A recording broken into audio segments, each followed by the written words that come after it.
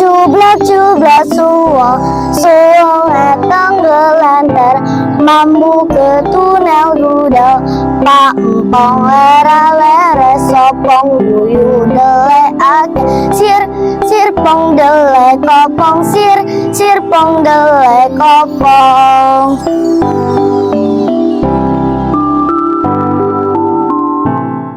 Assalamualaikum warahmatullahi wabarakatuh. Halo, apa kabar? Lagu tadi menceritakan sebuah lagu pada permainan tradisional. Negeri kita kaya akan kebudayaan. Kita juga bisa mengenal kebudayaan melalui cerita rakyat. Kali ini saya Alicia dari kelas 41 akan menceritakan tentang legenda Timun Mas. Penasaran tidak? Begini ceritanya. Kisah bermula pada zaman dahulu. Hiduplah seorang janda tua di sebuah desa setelah suaminya meninggal. Ia bernama Mbok Rondo. Karena kesepian, ia sangat mendambakan kehadiran seorang anak di dalam hidupnya. Tak henti, Mbok Rondo berdoa agar dapat diberikan seorang anak. Hingga suatu ketika, ia bertemu dengan raksasa yang dapat mengabulkan permohonannya untuk memiliki anak. Namun dengan syarat, ketika dewasa, anak itu harus diserahkan kembali kepada raksasa yang akan menjadikannya sebagai santapan. Mbok Rondo pun menyetujui hal tersebut karena keinginannya begitu besar untuk memiliki anak. Raksasa tersebut memberikannya biji mentimun agar ditanam dan dirawat.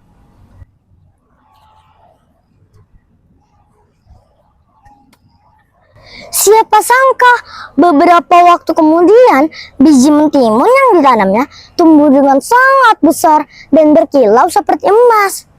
Perlahan Mbok Rondo membelahnya. Dan betapa terkejutnya ia saat mengetahui bahwa isinya adalah seorang bayi cantik. Rasa bahagia menyelimuti hati Mbok Rondo yang kemudian memberi nama bayi tersebut sebagai Timun Mas. Waktu berlalu, Timun Mas tumbuh menjadi gadis cantik jelita, juga anak yang penurut dan sangat disayangi oleh Mbok Rondo. Suatu hari, raksasa datang untuk menagih janjinya. Di tengah ketakutan, Mbok Rondo berhasil mengeluarkan waktu untuk meminta raksasa datang 2 tahun lagi saat usia Timun Mas 17 tahun. Mbok Rondo mengatakan, "Saat ini Timun Mas masih sangat kecil dan dagingnya tidak akan enak untuk disantap." Raksasa tersebut menyetujuinya karena berpikir hal yang serupa. Baiklah kalau begitu. Tak terasa, waktu semakin dekat menuju Timun Mas berusia 17 tahun. Suatu hari, Mbok Rondo mendengar suara gaib di dalam mimpinya. "Hai Mbok Rondo, kalau kau ingin anakmu selamat, mintalah bantuan kepada Pertapa di Bukit Gandul." Karena tidak ingin Timun Mas menjadi santapan raksasa, ia segera menemui Pertapa.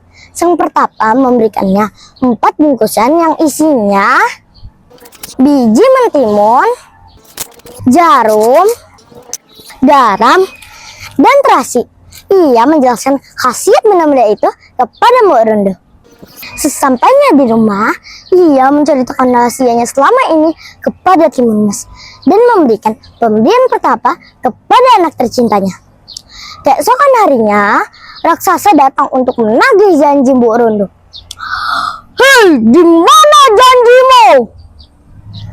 Mbok Rondo segera menyerahkan bungkusan yang diberi Pertapa kepada Timun Mas dan menyuruhnya kabur lewat pintu belakang. Raksasa yang mengetahui Timun Mas kabur akhirnya mengejar gadis tersebut. Dalam pelariannya, Timun Mas menebarkan biji mentimun di hutan.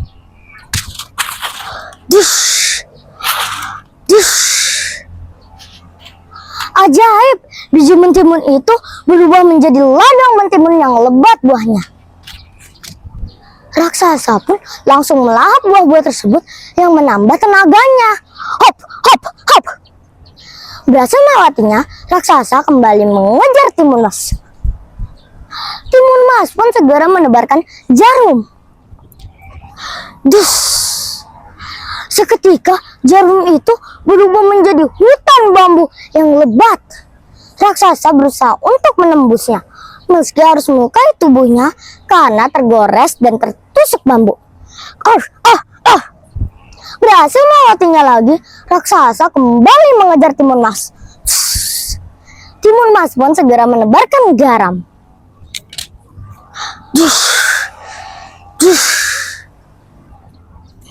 Butiran garam itu berubah menjadi lautan. Namun, lagi-lagi raksasa mampu melewatinya.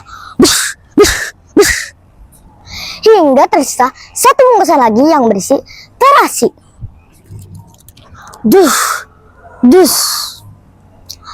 Seketika terasi itu berubah menjadi lautan lumpur yang mendidih. Raksasa pun terjebak dan perlahan tubuhnya mulai tenggelam. Timun Mas pun merasa lega karena akhirnya raksasa tersebut sirna dan ia bisa kembali ke rumah untuk menemani sang ibu. Akhirnya aku selamat juga. Akhirnya Timun Mas sampai di rumah dengan selamat dan hidup bahagia dengan Mbok Rondo. Pesan legenda dari Timun Mas adalah setiap masalah ada jalan keluarnya, asalkan kita mau berusaha dan berdoa saat menghadapinya. Sebab Allah adalah penentu segalanya. Sekian cerita dari Alisha untuk hari ini. Wassalamualaikum warahmatullahi wabarakatuh.